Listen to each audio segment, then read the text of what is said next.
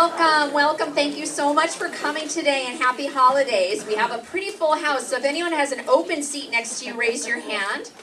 There's an open seat right back there for those just coming in, and there's an open seat over here for any other latecomers. Thank you so much. We're thrilled to have such a full house. My name is Sherry Allen. This class is called The Impact of Radio on Our Lives. I know a lot of you have friends and family in the cast, so thanks for coming to support them. What we do in this class is listen to radio programs from the golden age of radio. Then we find the scripts and we rehearse them and present our favorite ones for you. And this could not happen without you, the other half of the equation. Otherwise, it's just rehearsal. So we're thrilled to have you here for our live performance. First thing, a couple of housekeeping tips. If you need to use the restrooms for any reason, please exit through one of these two side doors. The restrooms are located right next to us, as are the drinking fountains. The doors make a big noise, so just be careful that they close silently. Maybe you could hold them as you close the door. Also, this is the time to take out your cell phones and hold them up in the air so that I can see them. And then, while I'm watching you, shut them off. You don't need to silence them. You need to completely shut them off because sometimes the buzzing can be very loud and can throw off the actors and the sound effects. So this is your big chance. We'll wait. I love that sound, the sound of a cell phone shutting off. Thank you. Okay, this performance lasts 80 minutes, no intermission. So it zips along. We've got 4 very funny, very fun shows for you today. We're doing a comedy theme this time around. And in your program, I want to mention, if you're interested in signing up for this class, the enrollment information is on the back of your program. The spring semester begins January 13th, and it goes through, I think, May 8th. And also, you'll notice here a picture of Leon Levy. He created this class, and he is dearly loved and greatly missed, so we dedicate our performance today to him. And then we have a little blurb about each show along with the cast list as well. But the cast will be introduced as by each MC as we go through. So first off, I would like to introduce our Master of Ceremonies for today. It is Dwight Smart, so take it away, Dwight. Give him a big round of applause. The golden age of radio lasted from the 1920s to the 1960s and even into the 60s. And every day shortly after sunset, America would pull up her chair to a little box and spend a delightful evening as magically fiction was made to come alive. The golden age of radio finally came to an end in the 1960s when radio was replaced by television as the primary home entertainment. We have 4 shows from the golden age of radio for you today. Our Miss Brooks, Lucille Ball and My Favorite Husband, Father Knows Best, and Baby Snooks and Daddy. So sit back, relax, and enjoy.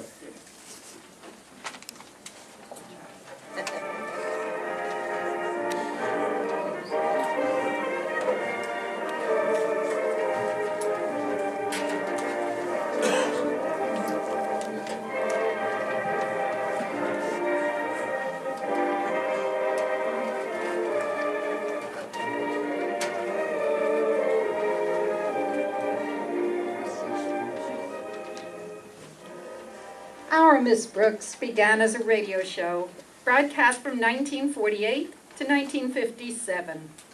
When the show was adapted for television from 1952 to 1956, it became one of the medium's earliest hits. In 1956, the sitcom was adapted for the big screen in the film of the same name. Miss Connie Brooks is the sardonic English teacher at fictional Madison High School. Margaret Davis is Miss Brooks' absent-minded landlady. Walter Denton is the well-intentioned but clumsy student who often drives Miss Brooks to school in his broken-down jalopy. Osgood Conklin is the gruff principal at Madison High. And Harriet Conklin is the guileless daughter of Principal Conklin and the love interest of Walter Denton. Mr. Stone is the stern chairman of the board. Mr. Boynton, played by yours truly, is the shy Madison High School biology teacher and the clueless object of Miss Brooks' affections. And now, from 1953, it's our Miss Brooks in Christmas Gift Mix-Up. With the Christmas holidays so close at hand, our Miss Brooks, who teaches English at Madison High, is faced with a few problems. She still has her Christmas shopping to do, but she has very little time to do it in. And she has very little money to do it with. $20 to be exact. I know that won't go far, which I conveyed to my landlady at breakfast last Wednesday. Then you're going to spend the entire $20 on a gift for Mr. Boynton? It's the only thing I can do. I should be able to get him one nice gift for $20. It's better than giving a lot of trashy little gifts to my friends, don't you think? I suppose so, dear. I know I certainly don't expect anything from you. After all, what difference does it make that I cook your meals and make up your room every day? I do it out of the goodness of my heart, and I certainly don't expect anything in return. But Mrs. Davis, we agreed we wouldn't exchange presents this year. Of course we did. So you stick to our agreement. After all, what difference does it make if I forgot and ordered you a beautiful gift? You ordered me a gift? Oh dear, it slipped out. Well, slip it back in. What difference does it make that I far exceeded my budget to get it for you? I'll just eat a little less for the next 6 months. Just because the spirit of the season swept me away doesn't mean it has to sweep you too. Sweep me? It might just clean me out. I guess I should give you a gift too, since we're so close. Now, dear, you'll do no such thing. Don't give it another thought. Well, if you say so. Just give me $7 cash, and I'll buy an orange juice squeezer for myself at McGinty's. $7? Well, I guess I should still be able to get Mr. Boynton a nice gift for $13. All right, I'll give you the money. Thanks, dear. Now I'll tell you what I got for you. It's something very personal, a chess set. A chess set? I know how Mr. Boynton loves the game.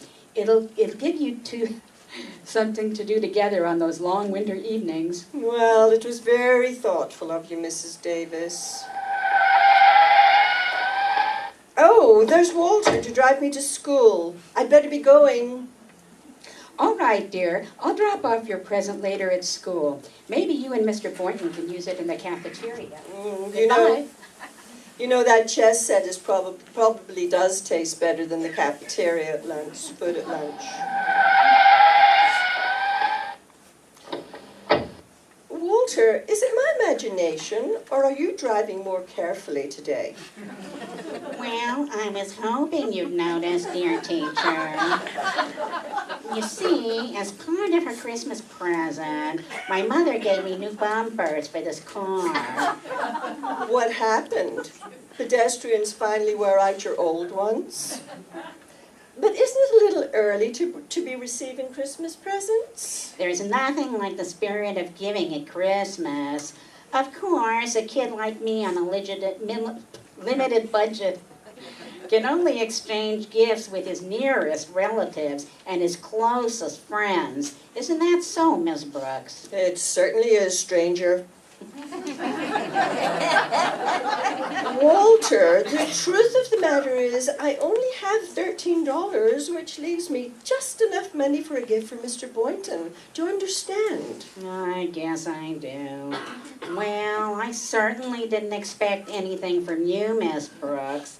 After all, what difference does it make that I drive you to school every day? You do whatever you want, Miss Brooks. But no one is going to receive the beautiful present I got for you. You bought me a present? Please forget about it, will you?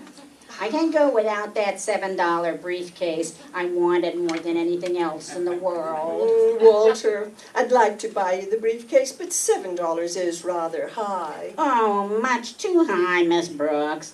I wouldn't let you spend that much money on me for anything. So if you just give me $5 cash, I'll get it at McGinty's. $5 cash?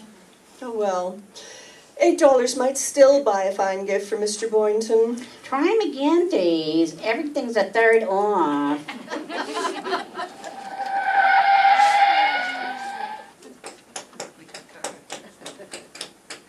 Walter, there's no reason to sneak past Mr. Conklin's office, even if we are 5 minutes late.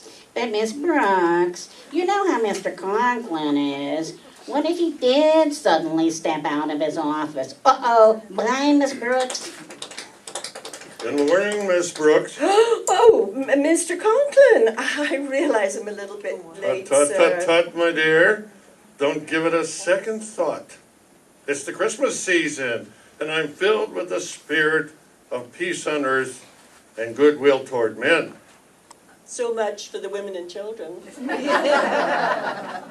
Miss Brooks, will you come into my office, please? Yes, I have sir. something to ask you. Yes, of course, sir. Now, sit right down, and I'll get to the point.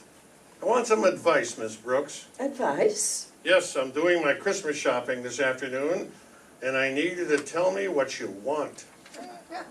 But sir, I didn't think you approved of faculty members exchanging gifts. Oh, I don't, Miss Brooks. But in the spirit of giving, I chose to remember my teachers at Christmas.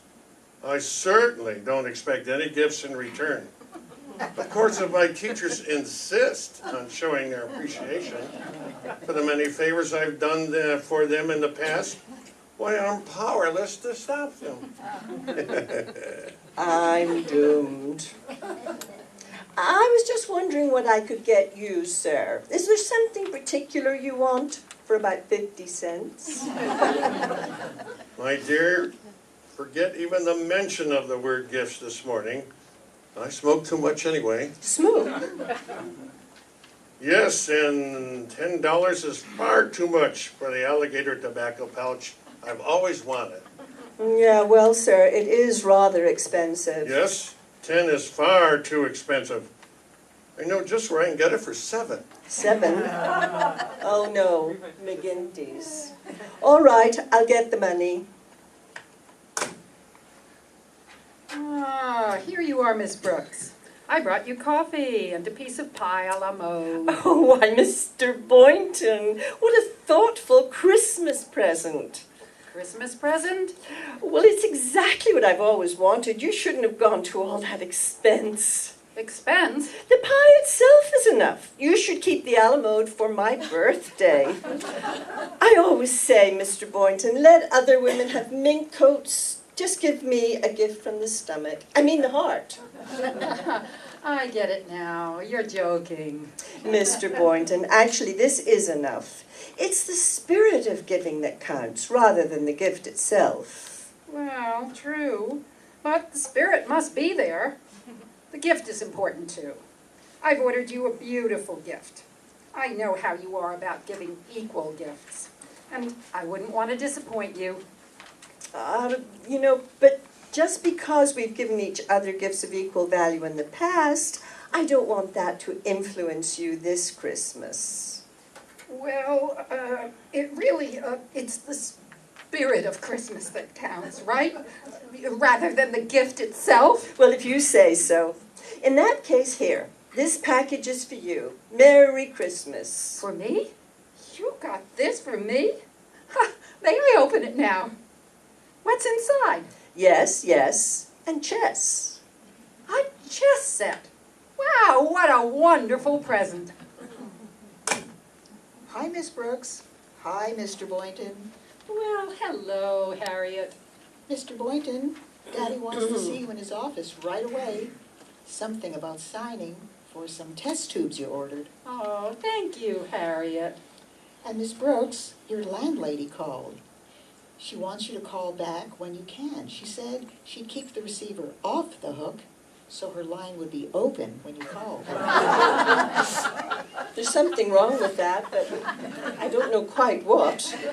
Well, see you later, Miss Brooks. I better get up to Mr. Conklin's office, and thanks again for the gift. It really was quite unexpected. Yes, for both of us. Well, Harriet, how is Santa treating you this year? Oh, not too badly. Walter gave me a bracelet, but I don't think I'll wear it. Why not? You should see what he had engraved on it. Finder, please return this gift to Walter Denton. Why? I think that's cute, Harriet. Now, excuse me, dear. I'd better go make that call. Okay. Bye, Miss Brooks.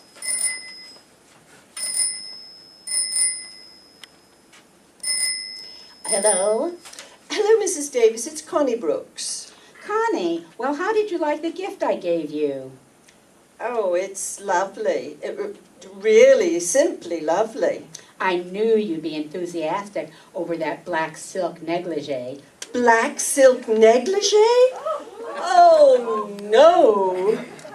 I intimated it was a chess set, Connie, just to throw you off the track. Well, you certainly did. Why? Was the negligee the wrong size, dear? Well, I'm not sure, but I think Mr. Boynton takes a size 38. What, Connie? It sounded like you said Mr. Boynton. I've got to hang up now, Mrs. Davis. I just gave someone a gift, and I've got to get it back before he opens it. Why? Do you think he won't like it? Oh, no, Mrs. Davis. It's something all men like, but on somebody else.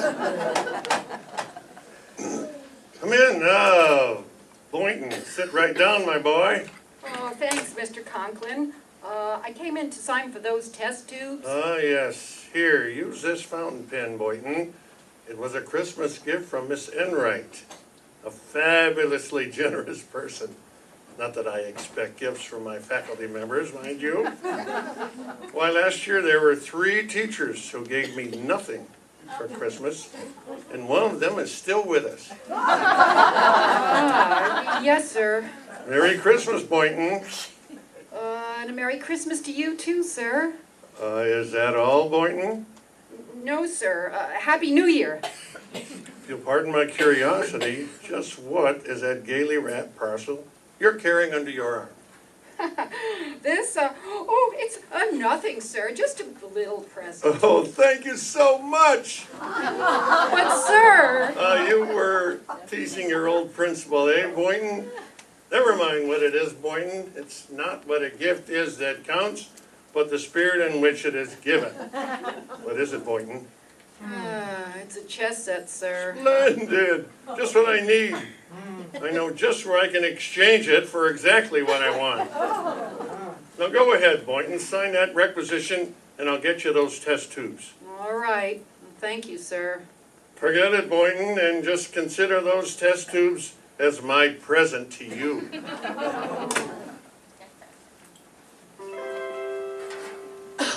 Mr. Boynton, Mr. Boynton, I'm glad I finally find you. Goodness, Miss Brooks. I've been looking for you everywhere since noon. I'm afraid I have to ask you to return that gift I gave you. There's been a mistake, and I have to exchange it. The gift you gave me? You can't exchange it, Miss Brooks. I already opened it, and I used it during my free period. Wasn't it a little skimpy around the hips? Well, I mean, you opened it already? Yeah, I haven't yet, but I really like chess. Yes, sir. It's one of my favorite games. Oh, Mr. Boynton, I really must have it back. You see, I gave you the wrong present by mistake. Oh, well, I might as well tell you the truth. I gave it to Mr. Conklin. I hadn't intended to, you see, but before I knew it, he took possession of it. You gave him the gift I gave you? Mr. Boynton, I'm shocked. How could you bring yourself to give away a gift someone else had given you if you knew the time and the thought and effort I put into selecting that gift for you? Really, Miss Brooks, it all happened so quickly. Please, Mr. Boynton, no excuses. You were quite negligent. I've got to get it back at once. Oh, good luck, Miss Brooks. Why, Miss Brooks, come in, my dear. Have you decided what little gift you'd like to from your principal this year? I'm undecided, sir, between a little diamond watch and a little alligator handbag. How about a little psychoanalysis?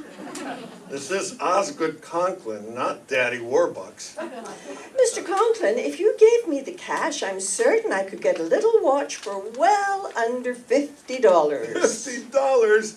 Miss Brooks, I do not intend to allow this holiday season to kill off my entire life savings. Well, in that case, Mr. Conklin, the only thing I really want is a chess set. A chess set. Aha!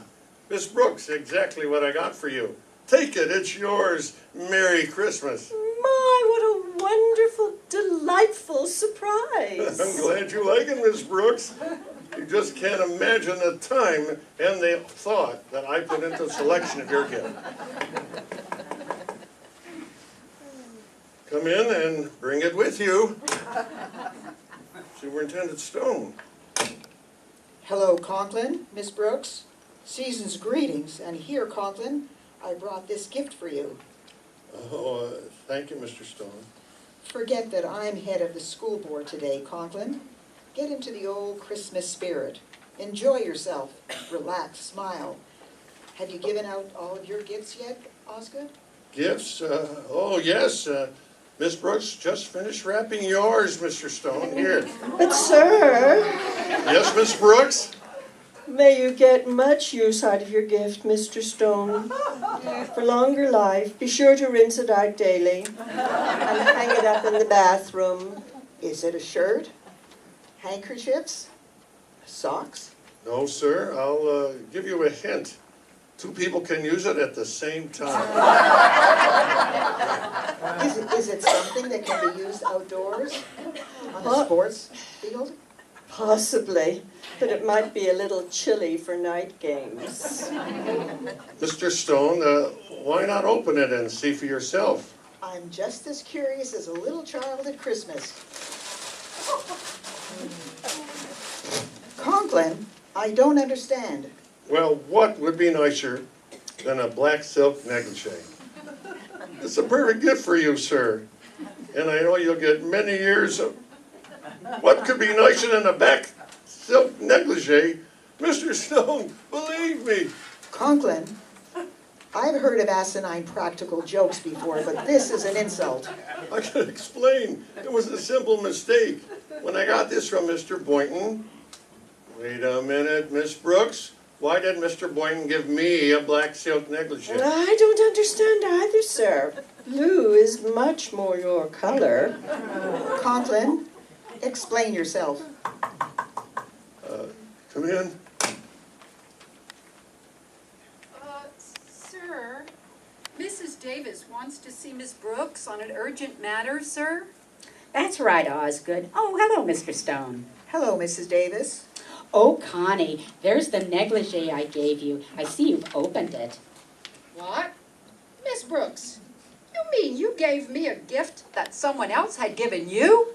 Boynton, you mean you gave me a gift that someone else had given you? Conklin, you mean you gave me a gift that 3 other people gave you? That nightgown has more mileage on it than a 1928 Ford. I don't understand. What's going on around here? But if your idea of a joke is to give me a cheap nightgown... Mr. Stone, that is not a cheap nightgown. It cost $22. $22? Say, it is rather pretty. Conklin, perhaps I've been a little hasty. Mrs. Stone will be delighted with your thoughtful gift. But I did give you the wrong gift, Mr. Stone. I intended that gift for Mrs. Conklin. But Mr. Conklin, I was going to give that gift to my mother. Well, she's going to have to take it off my back. That gift was originally given to me by Mrs. Davis. That's true, Connie, but I'm afraid I have to take it back, dear. Take it back? But why, Mrs. Davis? My sister gave it to me as a gift. And she's coming over tonight to see it on me. So if you don't mind, I'll take it home now. See you all again soon. Well, there goes Mother's negligee. Whose negligee? I might ask you the same question. Gentlemen, please don't argue. Let's all remember it as our negligee.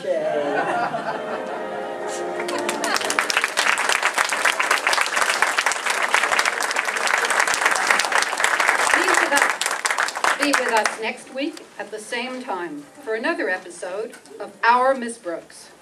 This is the Columbia Broadcasting System. Let's give them a big round of applause.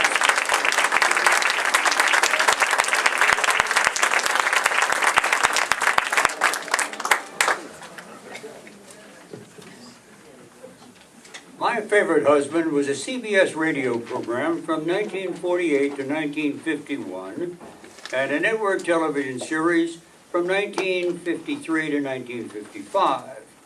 The original radio show, co-starring Lucille Ball, was the initial basis for what evolved into the groundbreaking TV sitcom I Love Lucy. My Favorite Husband, Valentine's Day, broadcast in 1949, and it stars the announcer Judge Dwight, Liz Cooper, Lisa, George Cooper, Liz's husband, Robert DeLillo, Katie, their maid, Bonnie, Dabney, the dumb but amorous butcher, Pat Sullivan, and the mailman, an irritable, dutiful old-timer, Lois Daris. And it's time for the Lucille Ball and My Favorite Husband. Yes, it's the new fun family series starring Lucille Ball with Richard Denning as Liz and George Cooper, two people who live together and like it.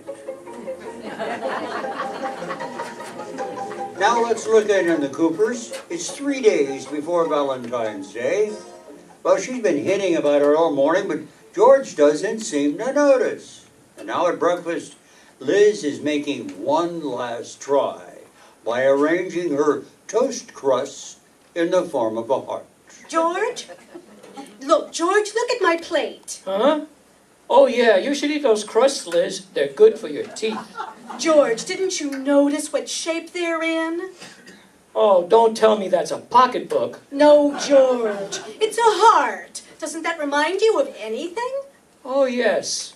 I've got to take my liver pills. I was trying to remind you that Valentine's Day is coming up. Oh, that's it?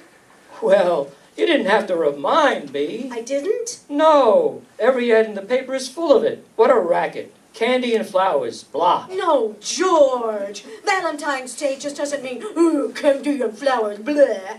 It's the spirit of loving that counts. And if you really love someone enough, they'll know it without any presents. Are you serious? Yes. Liz, I love you. You mean no presents? No, I love you too much. Oh, George, what's Valentine's Day without candy and flowers? Well, on Valentine's Day, I can be all mushy and very loud. I love you, George! Anybody want more coffee? Oh, Katie, we're talking about Valentine's Day. Valentine's Day. It's such a beautiful occasion. Oh, why, Katie, I think you've got a boyfriend. Well, I have been working on a Valentine poem. And I'm going to give it to To who? I'm going to give it to... Is that his first name or his last name? Oh, Mrs. Cooper. It's for Mr. Dabney, the butcher. I've always sort of liked him, but I have a problem. I haven't got the nerve to give Mr. Dabney the Valentine I wrote to him. Would you go shopping with me today and give it to him for me? Why, sure, Katie, yes. Anything to help out romance. Oh, thank you, Mrs. Cooper. I'll go finish it. There he is, Mrs. Cooper. Oh. Well, give me the valentine, and I'll hand it to him. Oh, here. I'll be watching from the grocery department. All right. Good morning, Mr. Dabney. Hi, Miss Cooper. What can I do for you today? Well, I didn't come to actually buy anything today, Mr. Dabney. I'm here on sort of a personal matter. You see, I happen to know that, well, one of your customers thinks that you're rather nice. No. Yes, but she is too bashful to tell you. But since it is almost Valentine's Day, she wants you to know that she likes you a lot. You know something, Miss Cooper? What? I like you a lot, too. Oh, wait. Now, wait a minute. I'm not the one. Here. This is to straighten everything out. It's a Valentine's. Oh, Miss Cooper, I feel like such a heel. I don't have one for you. Now, look, just read the Valentine's Day and you'll see what I am trying to tell you. Oh, gee, it looks beautiful. Read the Valentine. All right. If you'll be mine, then I'll be thine. You set my heart a-quiver. Say you'll be my Valentine and send 2 pounds of liver. Oh, Miss Cooper, this is touching. Did you write this all by your little self? No. For the last time, no. Look at that signature. Well, it's signed, your beautiful redhead. Oh, no. Katie! Oh, no, she's gone. Oh, don't try to be hen. But Katie has red hair, too, really. We're both redheads. She's the one for you. Don't try to fight this thing, my little tenderloin. You stop this, Mr. Dabney. You stop this. Goodbye, Mr. Dabney. Please, stop this. Oh. Katie, I tell you, it was awful, Katie. He came right out of his store, and he followed me down the block. Oh, I'm sorry, Mrs. Cooper. I got panicky and ran away. Well, I'm sorry I ruined your romance. Oh, I'll get over it in time. I have a date with the milkman tonight. I left his Valentine in an empty milk bottle. Well, that's romantic. What did you say? I said, I love you, dear. Don't be surprised. Please leave 2 quarts of homogenized. That's good. That's a good. Oh, do me a favor, Katie, will you? I made a check out for Mr. Dabney, and I wish you'd mail it. The sooner I sever connections with Mr. Dabney, the better. Yes, ma'am, I will. Oh, and here, mail this one too. It's a Valentine. Why, Mrs. Cooper, who are you sending a Valentine to? To George, of course. I thought it'd be sort of fun for him to get one at the bank. You know what? It's a copy of the very first Valentine I ever sent to him when I was 16 years old. Oh, Katie, better hurry. They pick up that mail soon. Oh, all right. Hi, Liz. George, what are you doing home in the middle of the afternoon? Oh, I'm going to Chicago for a couple of days on business, so I have to pack and catch the 4 o'clock train. I'll go with you. Oh, I'm sorry, honey. Mr. Atterbury has a new rule. No wives along on business trips. Well, he took his last wife on his business trip. That's when he made the rule. Oh, dear. George, I'll be right back, George. Where are you going? Down to the mailbox. I have to see a man about a letter.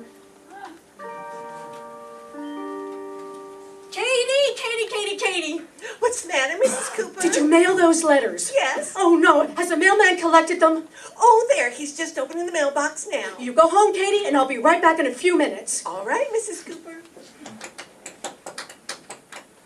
Hello. Hello. Are you picking up the mail? Oh, no, I'm a Confederate soldier. And these are messages for General Lee. You don't have to get nasty about it. There's What a if letter. I'm sorry. What have you got on your mind, young lady? Well, it's very simple. There's a letter in that box that I want. It's a Valentine I made out to my husband. A Valentine, huh? Yes, Well, don't look like... Just as I thought. Trying to rob the United States mail. Young lady, you can go to the penitentiary for this. What? There's no Valentine in this envelope at all. There isn't? No, it's a check made out to Mr. Dabney, the butcher. Oh, good heavens. That means Mr. Dabney is getting the Valentines I sent to George. Quick, look in that mailbox and see if there's another letter made out to Mr. Dabney. Oh, no. These letters are going on their way, legal.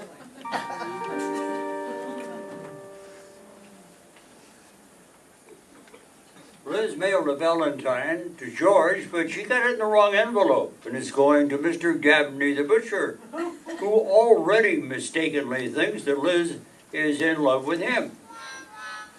Well, it's early the next morning, and Liz is at Mr. Dabney's trying to intercept the letter when it comes.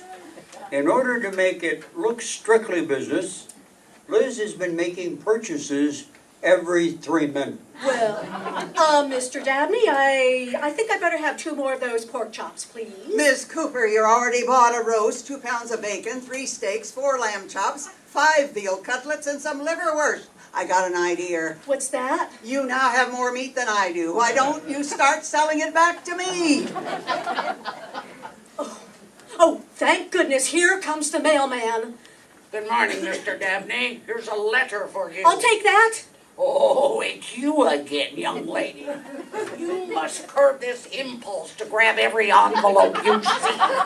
That letter's for me. But it's mine, I wrote it. Miss Cooper, you sent me another valentine. I don't think she's got all her buttons. Mr. Dabney, here's your letter. Over my dead body. Hey, lady, give me that letter. Come back here. Oh, my goodness, help, police. She just held up the United States mail. Help, police. Stop her. But Katie, how will I ever be able to tell George I was arrested for robbing the United States mail and that he has to appear in court with me tomorrow? Don't fret, Mrs. Cooper. Everything will be all right. Here he comes now. Good luck. Hi, Liz. George? Well, what's new? Well, I'm glad you asked that. I'm being sent to Alcatraz. Alcatraz? Liz, you joined the Pyramid Club.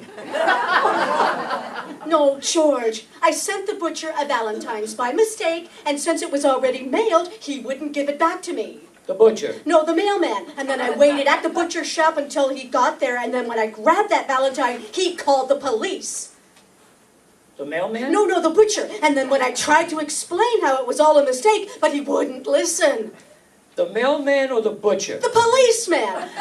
And we all had to go to police court, and he said it was a federal offense and that I ought to be ashamed. The mailman, the butcher, or the policeman? No, the judge. Now, do you understand, George? Perfectly. What's going on here? Oh, keep calm, George. Look, they'll drop the charges if you and I will appear at the Domestic Relations Court tomorrow. Domestic relations? Well, I'm a victim of circumstantial evidence, George. The judge wants me to make up his mind. About what? Well, whether I should stay with you or marry Mr. Dabney. Oh, no. This domestic relations court will come to order. I want to start this hearing with an open mind, bearing no prejudice toward either party. Now, Mrs. Cooper, when did you realize you were in love with Mr. Dabney? I'm not in love with Mr. Dabney. She finds me irresistible. She wrote me 2 valentines. She hung around the store all morning. That wasn't because I was in love with you. I was waiting for the mailman. Please, one grimy amour at a time. Well, look, Judge, this is all a mix-up. I know how the whole thing happened. Let me review it for you. You, Mrs. Cooper, the bored, indifferent housewife, tired of your drab, humdrum life, just waiting for an opportunity to break away from it all. And then one day, your husband announces he must leave town. And you realize that this is your chance, your opportunity to escape from this colorless, unimaginative man. And there's this valentine your wife wrote to your lover? No, she wrote that to me. Mr. Cooper, you're a hard loser. Mrs. Cooper, I suggest you read the valentine. Oh, all right. Dear sweetheart. That's me. That's me. Please. The way this woman operates, it could be me. Continue, Mrs. Cooper. Thank you. Dear sweetheart, I'm under your spell. I love you more than tongue can tell. Aha, tongue. 59 cents a pound. Good point, Mr. Dabney. Continue, Miss Cooper. Thank you. My lover, I have this to say. I care for you in the very worst way. That ought to prove it. Lover worst. No, that's just coincidence. She wrote this to her husband, not to her butcher. I must say, she writes a valentine with a lot of meat in it. Continue. My love for you is not a phony. This Valentine's is no baloney. That proves it. It certainly does. Oh, George, it's been so nice knowing you. If you ever need any meat, come see us. Now, just a minute. You're not going to get away with this. I love Liz. I've been married to her for 10 years, and no judge or butcher or anyone else in the world is going to take her away from me without a fight. My George. I'll hand down my decision. I award the custody of Mrs. Cooper to Mr. Cooper. Yay! Yay, George, you've got my custody. We must think of Mr. Cooper. When a man gives a chance to get rid of his wife after 10 years of marriage and he doesn't take it, he's deeply in love with the woman he married. Case dismissed. Liz, I hope this will be a lesson to you. Now, see what can happen when you start messing around in other people's affairs? Yes, George. Now, this might really have been nasty and gotten spread all over the newspapers. Oh, wouldn't that have been terrible? Be quiet. Quiet, please. I must have quiet. You've been listening to your daily radio session in kindly Judge Skinner's Domestic Relations Court. And with us today are Mr. and Mrs. Cooper. George, this whole thing has been on the air. My Favorite Husband has been presented to the worldwide system of the United States Armed Forces Radio and Television Service. And let's give the cast a big round of applause.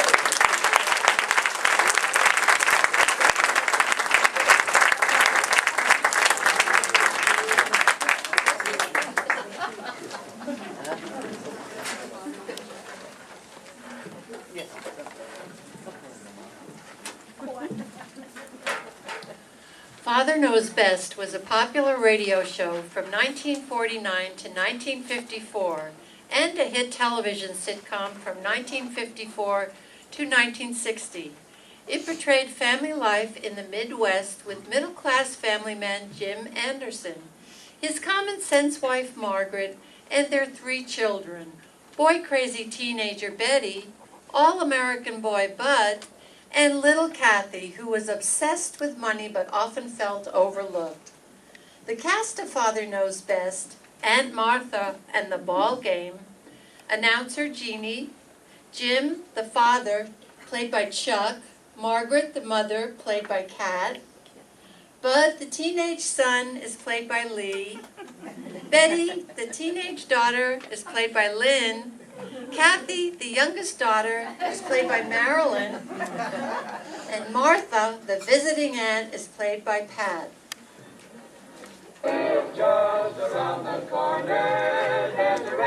Yes, it's Father Knows Best. Let's spend some time with the Andersons, brought to you by Maxwell House, the coffee that's always good to the last drop. Now's the time of year when a strange malady affects people from every walk of life. It's known as baseball fever, and nowhere is it more prominent than in a certain white frame house on Maple Street in the fair city of Springfield. Well, sure. But they had the tie and run on, didn't they?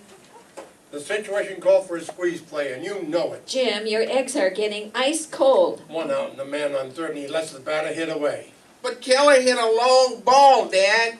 If he'd have hit a home run, we'd have won the game. But if you're not interested in breakfast... Good morning, everybody. Good morning, Betty. Hi. How's the baseball capital of the world? We have just relived last night's game between Springfield and Columbus. Margaret. Pitch for pitch.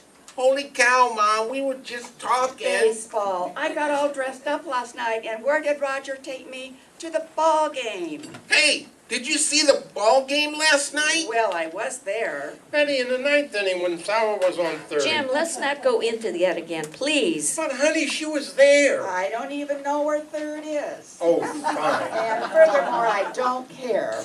Drink your orange juice, dear. Betty, how could anyone possibly be in this family as long as you have and knows so little about baseball? It isn't easy, but I'll keep trying. Morning, everybody. Good morning.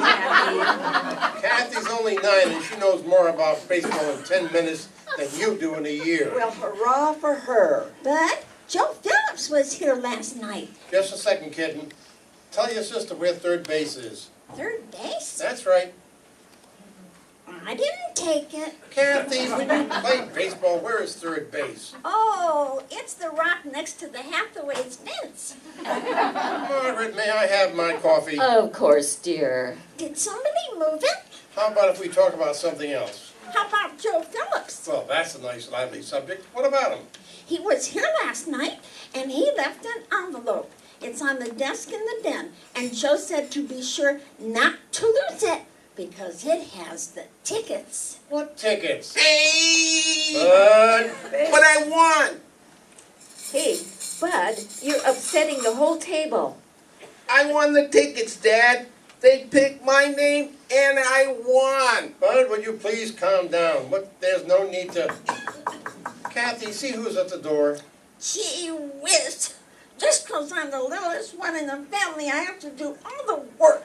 Bud, what's this all about? I won the tickets. You won what tickets? For the doubleheader tomorrow. We all chipped in a quarter and I won. I got 2 tickets for a quarter. Bud, don't you realize that amounts to gambling? And you know how we feel about gambling. It wasn't gambling, Dad. The boys' club got the money that was left over. Oh, how much was that? 35 cents. Give the tickets back. But, Dad, they're playing Columbus. I wouldn't care if they were playing the Nina, the Pinta, and the Santa Maria. Oh, gosh, Dad. I thought you'd be happy I could treat you to a game. But a bunch of boys... What? You take me to the ball game? Well, we couldn't afford to treat our fathers any other way, so that's the way we did it. Your father's absolutely right, Bud. You and the other boys Just a minute, Margaret. Let's look at this thing in a practical way. Why, Jim. As long as the boys had an unselfish motive. Jim Anderson. And after all, boys' club is making 35 cents. Want to play Columbus, huh? Daddy, What is it, Kathy? it was a telegram, and I had to sign for it. Fine, now you can sit down and rest a while. Who's it from, Jim? Suppose I open it and see. I think that's a very good idea. I signed it Kathleen Joy Anderson, and I had to write it very small. No! Jim? It's Aunt Martha, and she'll be here in the morning. Oh, no. Oh, boy! What are you so happy about? She always gives me $1. Well, maybe she won't come, huh, Dad? Like the last time? She'll be here. Arrive 7:17 for train. Sunday, staying 1 day. Meet me. Tight old-fisted character. It'd kill her to use more than 10 words. Jim. Well, she's my aunt. And if I want to say she's tight-fisted, I'm going to say it. She's tight-fisted. You said it. But will you please show a little more respect for your elders? But you just said... Never mind what I just said. She's old enough to be your grandmother. Yes, you owe her sir. a certain amount of respect. Yes, sir. You old battle axe. Well, that takes care of your ball game tomorrow. Right. Jim, you're not going to run off to a ball game and leave her here. Why not? Jim Anderson, I will not entertain your Aunt Martha and her friends alone. What friends? Who said anything about any friends? Aunt Martha hasn't been in Springfield for over a year, and I'm sure she expects to see all of her old cronies. Well, let her go see them. Who's stopping her? We'll have to have them here. Holy cow! Oh, Margaret. We'll have to serve tea and get some little cakes and things. Honey! Jim, I haven't time to argue about it. I've got to call Mrs. Thornby and Mrs. Winters and... You mean rich Mrs. Winters with the iron fence? Yes, dear. She gave me $1 once. And I know she'll expect to see Mrs. Horace and Mr. Forrester. And You mean rich Mr. Forrester with the electric runabout? He gave me $1 too. Kathy. They are the most prominent people in town. Oh, Mother, this is the most wonderful thing that's ever happened. We can get our names in the society column. And Martha's husband was the biggest crook in the whole buggy whip business. That's what he was. And if you think... Amanda Wilson, we'll have to call her. You mean the Amanda Wilson with the Rolls Royce and the chauffeur and the butler and the cook and the... Betty, stop drooling and sit down. But, Father... Bud and I have tickets for the ball game tomorrow, and I don't care if my Aunt Martha shows up with a caretaker of Fort Knox. You are not going to leave this house tomorrow afternoon, Jim, and you might as well... I have to call the society editor and arrange for pictures. Margaret, for the love of Pete. And it's a double header, too. Now, Jim, Bud, there'll be lots of other ball games. And Kathy, you haven't finished your breakfast. Will Father go to the ball game with Bud or stay home and help Aunt Martha? Right now, it looks like Mother will have the last word on that. But more often than not, ladies, you look to the man of the house for the final say-so. For example, the final judge of coffee is your husband, for he's the world's greatest coffee expert.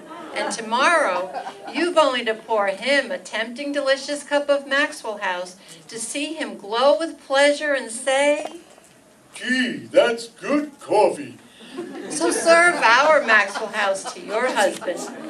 If he doesn't smile and say, "Best coffee ever," well, just send us the can and unused portion, and we'll refund your purchase price. Yes, tomorrow, fill the cup of the world's greatest coffee expert, your husband, with the truly satisfying flavor of Maxwell House coffee. Always good to the last drop. It's Sunday in Springfield, and the noonday sun is shining and bright. There's a feeling of joy and exhilaration in the air. Everywhere that is but at 607 Maple Street. There they've got Aunt Martha. I tell you, there is a draft, Margaret. I can feel it going right through my bones. All right, Bud, close the door again. Yes, ma'am. Miserable city, Springfield always has been and always will be. You know, Aunt Martha, there's a train leaving at 1 o'clock. Jim! Don't you think the children have grown, Aunt Martha? What did you expect them to do? Get smaller? Children have been growing for thousands of years, but parents act like they ought to be given a medal. Margaret, this room is stifling. Yes, Aunt Martha. Stuffiest room I've ever been in my whole life. Bud? Yes, ma'am. That's the trouble with the modern houses. One minute they're cold, the next minute they're hotter than the hinges of... Hi, Aunt Martha. Well, little Kathleen. Is this the bag you wanted, Aunt Martha? Thank you, child. You're very sweet. You're welcome, Aunt Martha. Only one in the entire family with an ounce of brains. Bud. Yes, ma'am. Mother, I just talked to Miss Pritchard at the newspaper office, and it's all arranged. That's fine, dear. She's going to send Mrs. Latham over as soon as she finds her. Isn't it marvelous? Betty, I wish you'd stop bouncing. Yes, Aunt Martha. It's enough to make a person seasick. They might even take pictures. Would you like to hear my piece now, Aunt Martha? Not right now, Kathy. But Aunt Martha said she was going to give me $1, and Your so mother said not now, Kathy. Gee whiz. Bud? All right. What are you doing with that door? I thought somebody said Bud. Close the door and leave it alone. Yes, ma'am. Bud, may I speak to you in the den, please? Jim, you're not going to try anything. I would like to speak privately to my son about something I just happened to remember. Do you mind? No, but just be careful. Yes, Margaret. All right, Bud, let's go. Yes, sir. Now would you like to hear my piece, Aunt Martha? Why don't you wait until later, Kathy? There'll be lots of time, Kathleen. Lots of time. Bud, when does the first game start? 1:30. All right, are we going to take this lying down? Or are we going to fight? I don't know. We're going to fight. We're going to show Aunt Martha that she can't push us around. Attaboy. And do you know how we're going to do it? How? I don't know. Why don't we just go to the ball game? Bud, your mother and I have been happily married for 18 years. And if you don't mind, I'm going to keep it that way. Okay. It's going to take an emergency. What kind of What if we were an emergency? emergency? What kind of emergency? The worst kind. Hector Smith is in trouble, and we've got to help him. How do you know? Because he's going to call. Good idea. Do you understand what I've just said? Yeah, we're gonna pull a fast one over on Mom. Well, I suppose you could put it that way. What are we gonna do? That's a very good question. Now all we need is a very good answer. Let's see. If you were to go next door and use the Davis's telephone... That's a good idea. No, wait a minute. If you weren't around, your mother gets suspicious. What's the difference? She's suspicious now. True, but in playing a campaign of so delicate a nature... Daddy! Kathy, that's the answer. Good old Kathy. She is? She certainly is. Daddy, Mommy says... Come on in, Kathy. Bud and I want to speak to you. Don't we, Bud? Oh, sure. What did I do now? Not a thing. Not a single blessed thing. Mommy says, are you going to stay in here all day? Kathy, how would you like to do a big favor for Daddy? Sure. Call me up on the telephone. Where are you going? I'm not going anywhere. Then how can I call you up? Because you're going somewhere. I can't. I have to recite my piece. Just go next door, Kathy, to the Davises. Next door? To the Davises. And you want me to call you on the phone? That's right. What for? We want to see if the bell rings. What bell? The telephone bell. Oh. Well, why didn't you just say so? And Kathy, we don't want Mommy to worry about the telephone. So we'll keep this a secret, won't we? Oh, sure. That's a good girl. Jim! We'll be right in, honey. Bud. Yes, Dad? To make it look good, I won't rush to the phone when it rings. You take it and tell me it's Mr. Smith. Okay. What are you two mumbling about? Oh, it's just man talk, honey. Well, how's everybody getting along in here? Jim, you've got to do something about this house. Betty. Yes, Aunt Martha. The wind whistles through here like a sieve. You want me to get the door, Betty? Would you please? Sure, I'll be... Bud. Oh, I forgot. I'm sorry, Betty. I have to answer the telephone. What? He needs if it rings. He has to answer it. That, Don't you, Bud? That's what I mean. If it rings. It'd be kind of silly answering the phone if it didn't ring, wouldn't it? Dad, it's Mr. Smith. Bye.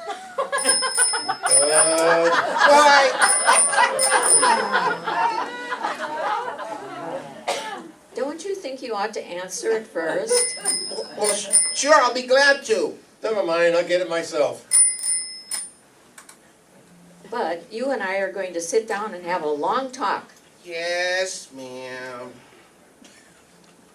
Hello? Hello, Daddy? This is Kathy. Oh, hello, Sam. How are you? Daddy? No, we're just sitting around talking. Daddy, it's Kathy. You are, huh? How did that happen? What happened? Stuck in the mud, huh? Daddy? Outside of Plainville. Well, that's awful. Daddy, don't you want to talk to me? Why, you won't be in trouble at all, Sam. Daddy?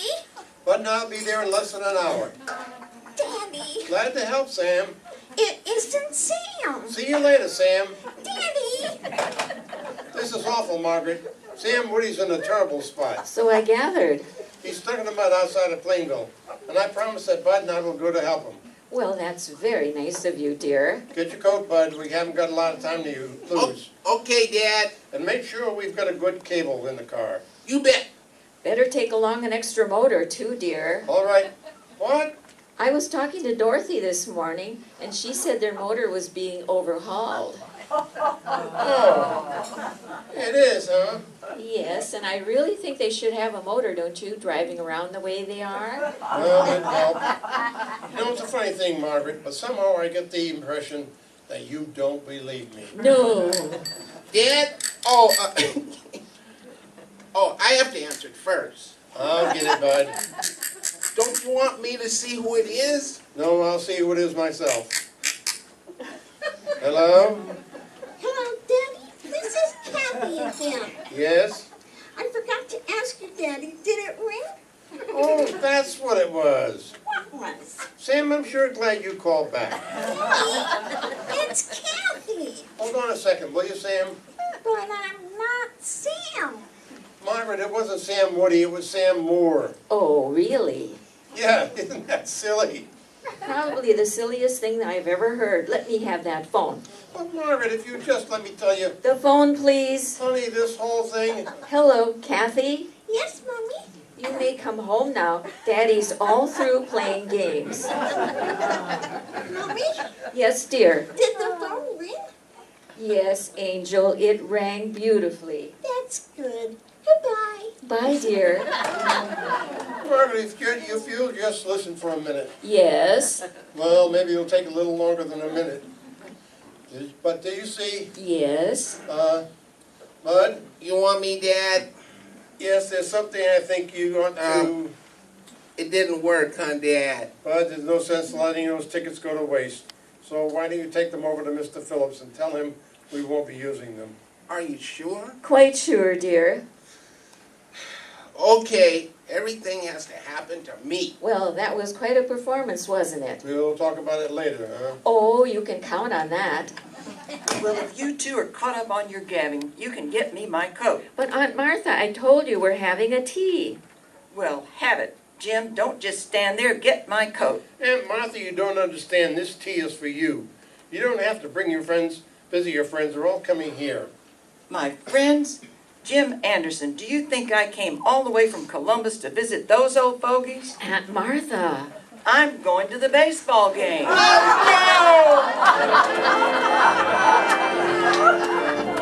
So until next Tuesday, good night and good luck from the makers of Maxwell House, America's favorite brand of coffee. Always good to the last drop. Let's have a big round of applause.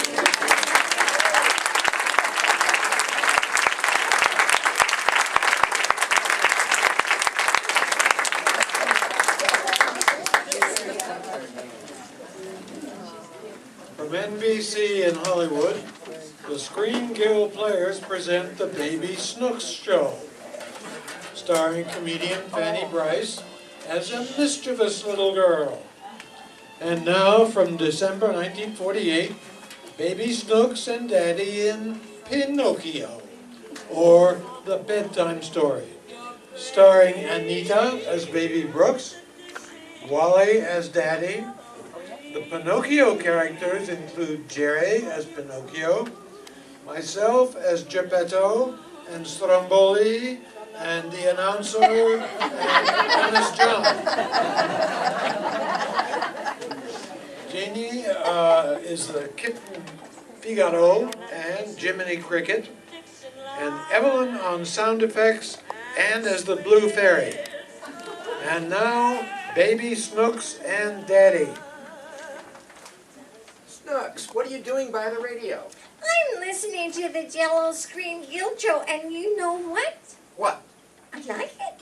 All right now, Snooks. You've been having a busy Christmas week, and it's time you went to bed. Why? Well, I should think you'd want to go to bed and rest up for tomorrow. Are you Then going you to can play with your new toys again all day. Are you going to go to bed and rest up too? No. Why? Well, you played with them more than I did. Oh, don't be so selfish. Will you go to bed if I tell you a story? My favorite story is Pistachio. Pistachio? You mean Pinocchio. I know the story very well. And Pistachio is a nut. No, he's not. He's a little boy. The boy's name's Pinocchio. I know the story very well. So do I. His father carved him out of wood. Exactly. Do you know what his father's name is? Uh-huh. What is it? Edgar Bergen. Just as I thought. You're bluffing. When I was your age, I knew the story of Pinocchio backwards. Did you? Yes. Now, will you go to sleep if I tell it to you? Backwards? No, forwards. All right, Daddy. Tell me the story. Once upon a time, there was a kind old man named Geppetto. He was a toy maker, and he lived all alone. No one to talk to but his cat and his goldfish. Did the cat really talk? Certainly. It said meow. What did the goldfish say? Don't be silly, goldfish don't talk. They open their mouths, but they never say anything. Like you do when Mummy's around? When Mommy's around, I'm not a goldfish. What are you? A dead pigeon. Tell me more about Pistachio. Pinocchio.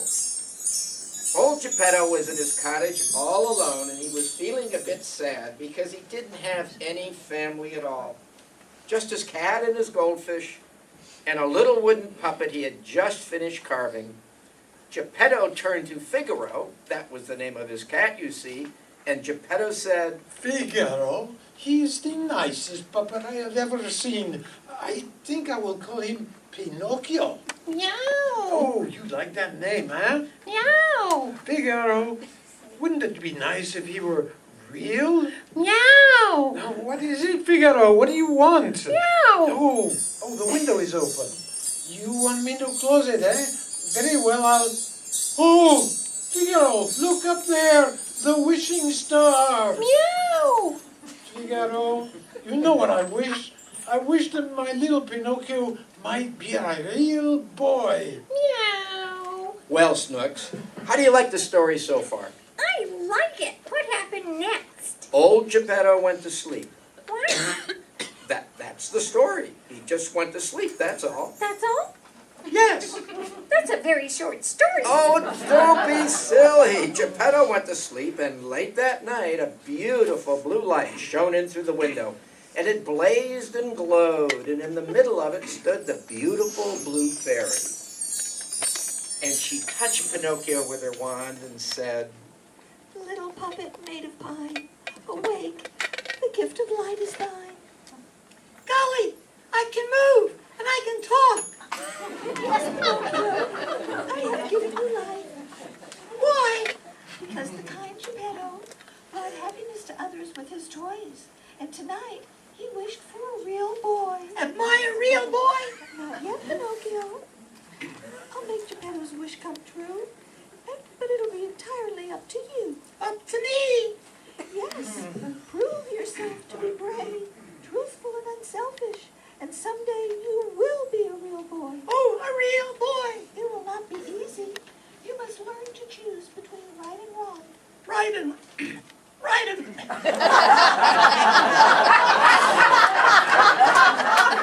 Right and wrong. I'll tell you. My conscience. Where will I find one? Hello. What about me? What's that? Why, it's a cricket. Jiminy Cricket's the name. Yes, sirree. And I'm as little as anyone's conscience can be. You'll be just the one. Kneel, Sir Jiminy Cricket. I dub thee Pinocchio's conscience. Oh, gosh. Now, Pinocchio, remember to be a good boy and always let your conscience be your guide. Look, she's gone. That's right, Pinocchio. And listen to me. You and I better have a little friendly talk. Why? Well, you want to be a real boy, don't you? That's fine, but the world is crammed full of lovely temptations. Temptations? Yep, temptations. They're the wrong things that seem right at the time, but even the right things may seem wrong. Sometimes the wrong things may seem right. You follow me? But I'm going to do right. Attaboy, Pinocchio, and I'm going to help you. Anytime you need me, just whistle like this. Like this? Well, not quite. Well, Geppetto was delighted to find that his little wooden boy could walk and talk. He liked him, huh? Yes, and the next morning he sent him off to school. I thought you said he liked him. He did! But he wanted Pinocchio to be like other little children. So the next morning, Pinocchio got up and ran as fast as he could to the schoolhouse. Imagine that. Now, why aren't you so anxious to go to school as Pinocchio is? Because I'm no dummy. Oh.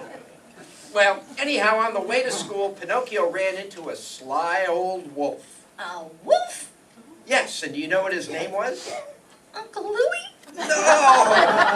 This wolf was named on his was John, and he was standing on the street reading a billboard that said, Tonight in the big tent, the great Stromboli and his puppet show. Good morning, my little friend. Good morning. And where are you going this fine day? To school. Oh, so you're going to school, my little man. Going to be a scholar, eh? Yes, I'm going to learn to be brave, truthful, and unselfish so I can be a real boy. Really? I must be going now. I'm late. Just a minute, young fellow. Haven't you heard of the easy road to success? The easy road? I'm speaking, my boy, of the theater. Theater? Bright lights, music, applause, your name in lights. By the way, what is your name? Pinocchio. Pinocchio. Wonderful. That will do just fine. Come along, my lad, to the theater. Hey there. Hey, Pinocchio. Oh, hello, Jiminy. I'm going to be an actor. Now take it easy, son. Slow down. Remember what I said about temptation? Well, that's him.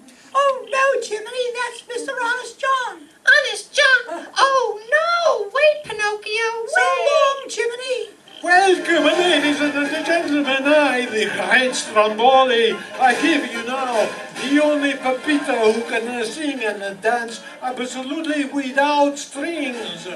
I give you now the one and only Pinocchio. well, Snooks, how do you like the way I'm telling the story? I'd rather listen to the Jello show. Oh, you would? What have they got that I haven't got? A Jello commercial like this one. And here you are, little Snooks, just for you. Oh boy, orange Jello! Snooks, that looks like a dish of the sunshine, all dressed up, no? And just a taste of that wonderful flavor. That's the famous locked-in Jello flavor. Yum! How's that, Snooks? Oh boy, Mr. Stromboli. Goodbye. Bye-bye, Snooks. Well, I've got some real Jello. I've got some right here on my desk. Not anymore, you don't. Snooks, you didn't. I gave it to the goldfish and he liked it. Well, let's get back to the story, Snooks. You see, this Stromboli fellow soon discovered that he could make a lot of money with Pinocchio. So he locked the little boy in a cage. And just when Pinocchio had given up all hope, little Jiminy Cricket found him.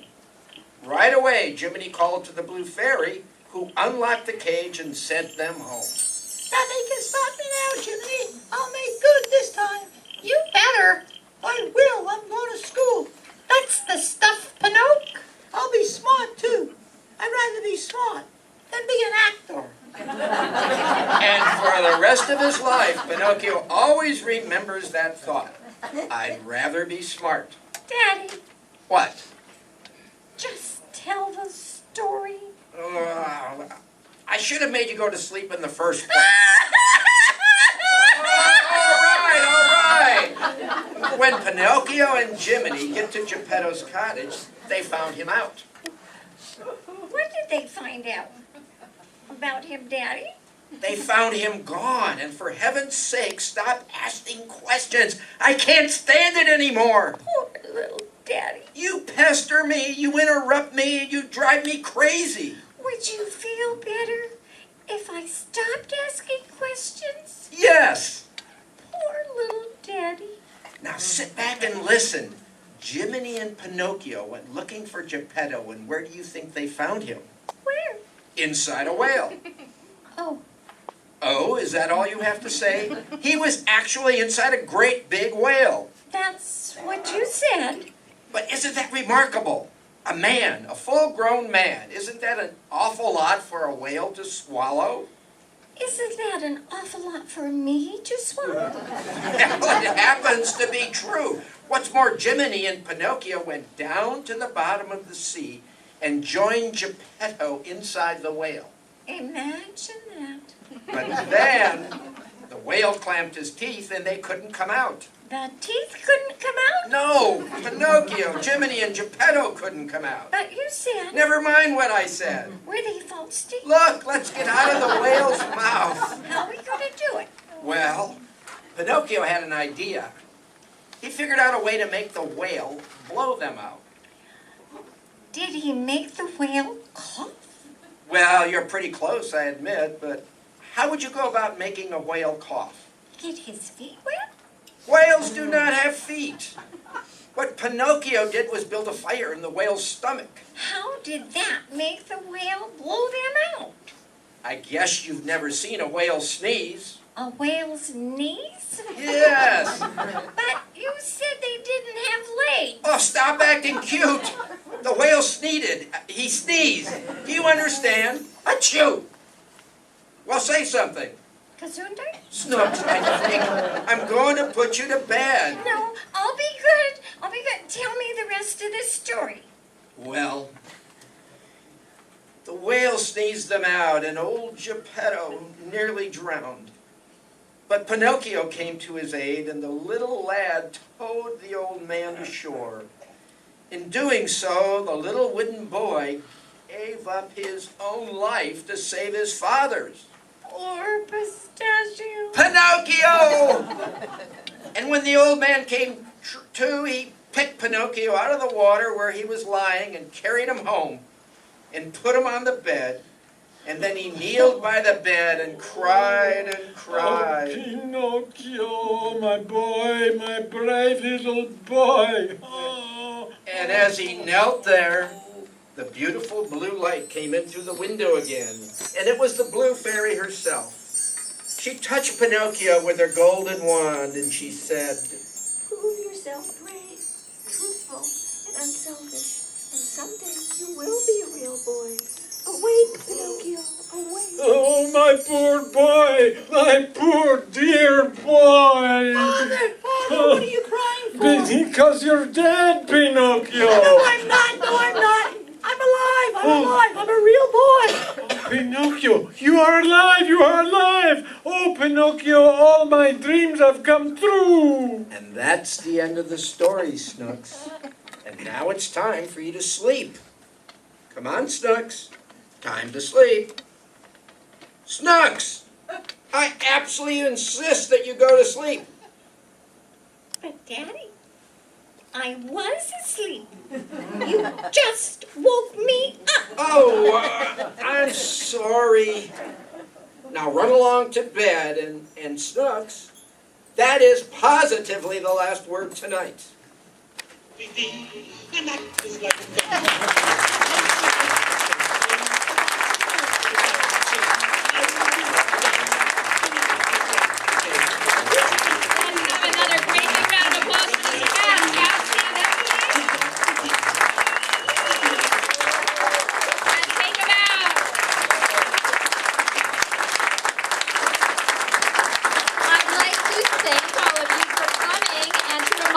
That if you'd like to enroll, the registration information is in your program. We had several actors were understudying other actors today, as you might have noticed. Ruth is with us in the house today, but she was unable to perform, so Jeanne Herlihy covered her roles, and Harold was unable to perform today as well, so Thomas covered his role. So let's give our understudies a big round of applause for doing double duty. And our wonderful sound effects table over there, we've got Lynne and Evelyn and Oric doing all the sound for the show today. So wonderful job to them. And now please join us. The snacks and hors d'oeuvres were provided by the cast. So thank you, and please join us in some hors d'oeuvres.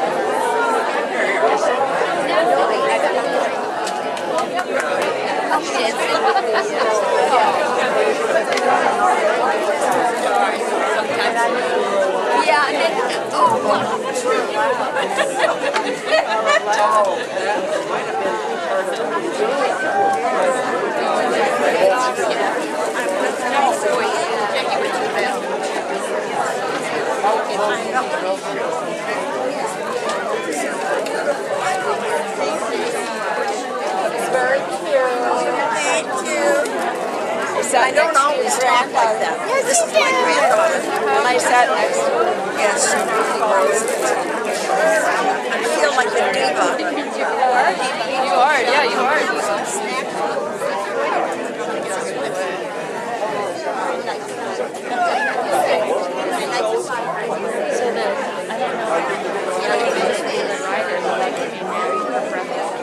Really? I was like, I kept doing this.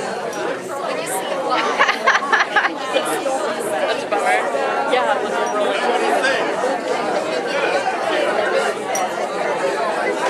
You just got bored and finished right here? Yeah,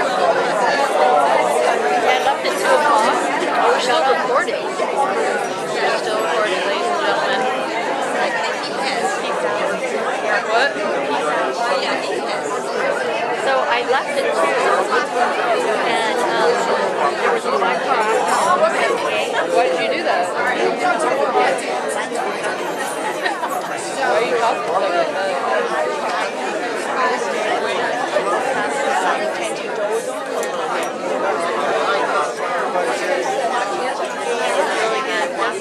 That was cute. Good job. What do you think? That was definitely cute. Yes, I think we met last show. No, we didn't. Oh, that was your boyfriend. I'm sorry. I just want something to drink. I'll probably go hang out at the house for a little bit.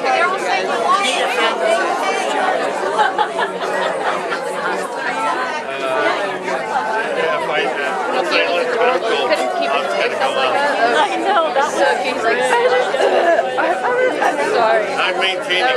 They were all adorable. Maintaining 20 pounds overweight. That was super cute. Come on, have a nice Oh, she's not the only one with flowers, so that's good. Before they were letting him in, they were just like chilling out there. This one guy was like brought flowers, and I was like, yeah. He's like, for someone that's acting here, and I was like, yeah. He's like, that's not overkill. And I was like, I didn't think so either, actually. He's like, I was gonna do that, but then I was like, it's overkill. And I was like, oh, I didn't think it's overkill. Like, my grandma's gonna appreciate it. Like, I don't really give a shit. If it is overkill, yeah, if it is, then it is. But at least she's gonna appreciate it. So.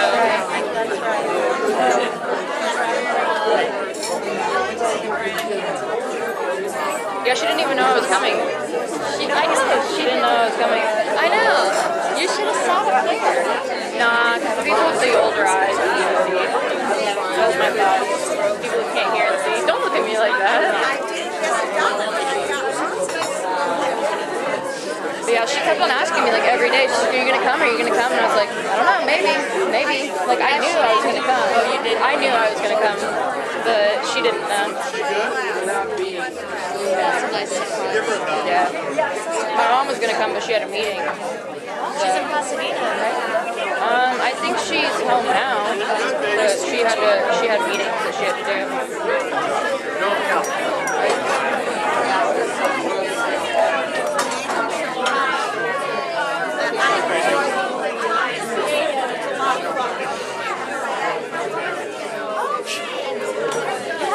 I have a doll. So many compliments. I'm getting so many compliments. For what? Everybody Can I said take that a was picture? adorable and they just loved it. Can I take a picture? Absolutely. Yeah, all these. No, you too. Come here, you. You were adorable and cute. Thank you so much. I had a lot of fun doing it. Had a lot of fun with it. Stop it. That's adorable. I'm so glad. Did I blink? I don't know. Did I blink and run it? Did I blink and run it? No. You're so little. I know I'm little. I'm very little. This is my girl, my baby girl. You smell like blue. Blue? Yeah. smell like Elmer's glue. Well, I have that can to my... I'm gonna say what's up to that butcher, you know what I'm saying? Oh, yeah. Just kidding. I'm gonna come bug you guys for a little bit afterwards, too. I'm gonna come bug you. Did you drive? You drove? Yeah, she drove. Yeah, I drove. Yeah. Why don't we just all take, we should probably take ourselves out to dinner. We can do that. Yeah. I Stop at didn't the house first? start at the house. Change out of that, We'll go change out Go of to my... the house, yeah, and then we just drive one car. Yes. Perfect. Good idea. Do you want to grab a drink? No, I don't want to. I was going to, but... Okay. Do you want to just meet at the house? Are you ready? Well, I was going to hang out with my buds and They were better looking, I'm sorry. Oh, they'll be just fine. I got them a couple hours ago. you're absolutely That's so sweet. so surprised to Don't see her special. sitting there. I know, and then I said, why didn't you sit in front? You know what she said? What? Old people need to sit up in the front because they can't see and they can't hear. They can't hear, yeah. And actually, she's right. You know.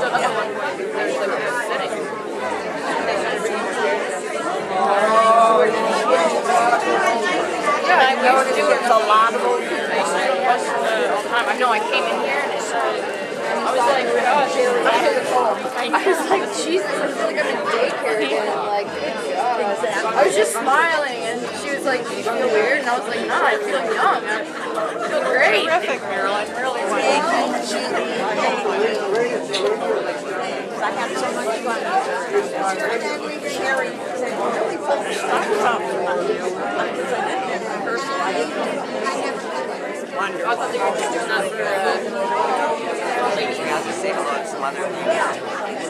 Elaine, I'm so glad you made it.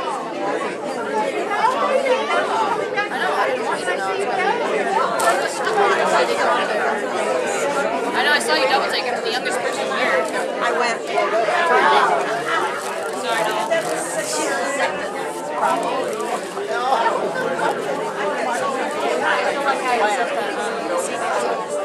Well, you absolutely are. Always smells icy on the edge. I was like, it's taking me back.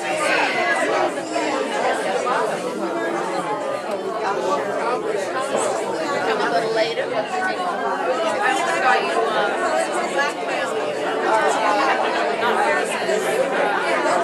what's my favorite?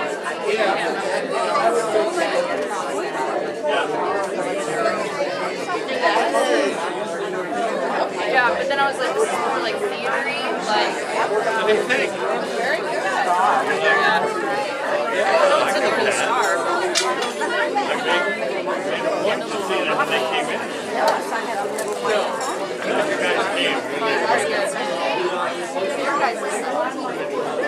Oh, yeah.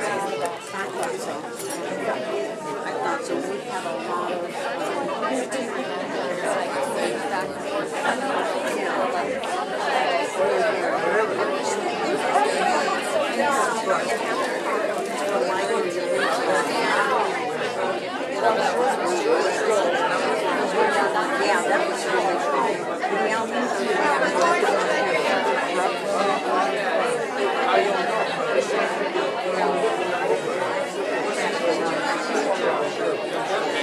So do you want something?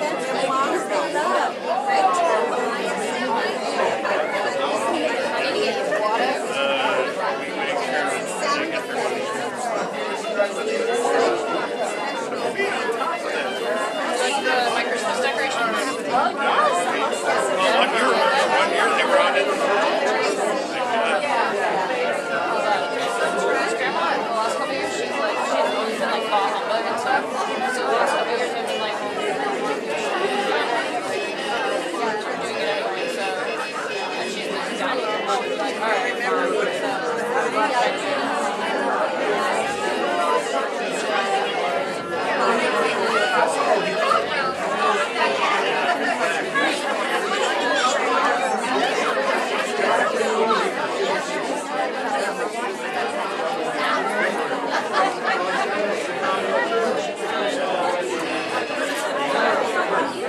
as they say, is a wrap.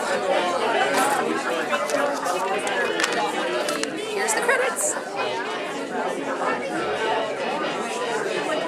That was great. Oh, thank you. You want to say it on camera? That was great. Amazing. Wonderful. So glad you enjoyed it. Thank you for coming. Yeah.